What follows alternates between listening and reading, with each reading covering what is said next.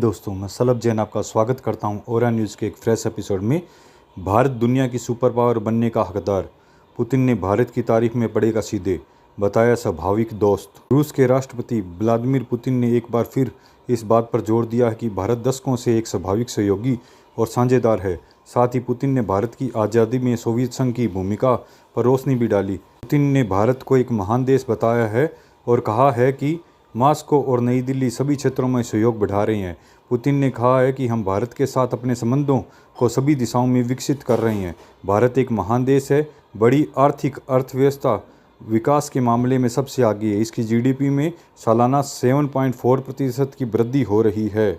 रूस के राष्ट्रपति व्लादिमीर पुतिन ने कहा है कि हमारे संबंध कहाँ और किस गति में विकसित होंगे, इस बारे में हमारा नज़रिया आज भी वास्तविकताओं पर आधारित होगा।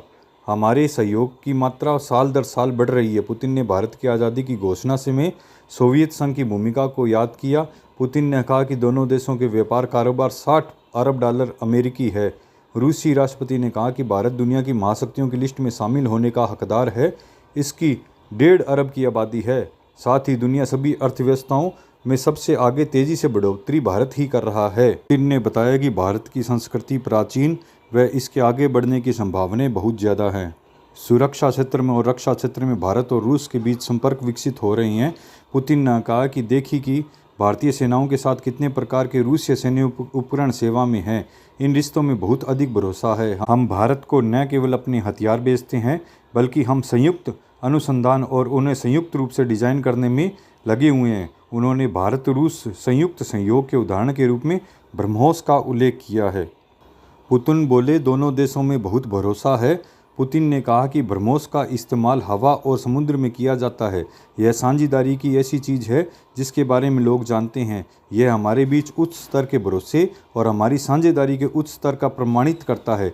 भविष्य में भी जारी रहने वाले हैं। ब्रह्मोस का नाम भारत और रूस की ब्रह्मपुत्र और मस्कवा नदी के नाम पर रखा गया है।